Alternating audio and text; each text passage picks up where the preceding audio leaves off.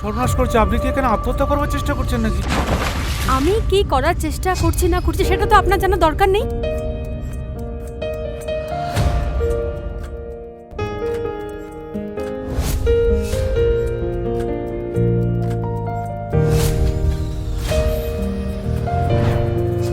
কর্মসূত্রে তুই দীর্ঘ সময় বাড়ির বাইরে থাকতিস, আর সেই সুযোগ নিয়ে আমার চোখের সামনে এরকম একজন সুন্দরী মহিলা আত্মহত্যা করার চেষ্টা করবে আর আমি তাকে না বাঁচিয়ে চলে যাবো এখানে?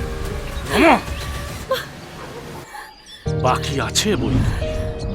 জীবন রায়চৌধুরী কেন তোমাকে সুইসাইড করার হাত থেকে বাঁচিয়েছিলেন সে কথা তুমি ভুলে গেলেও কিন্তু আমি কিন্তু ভুলে যাই।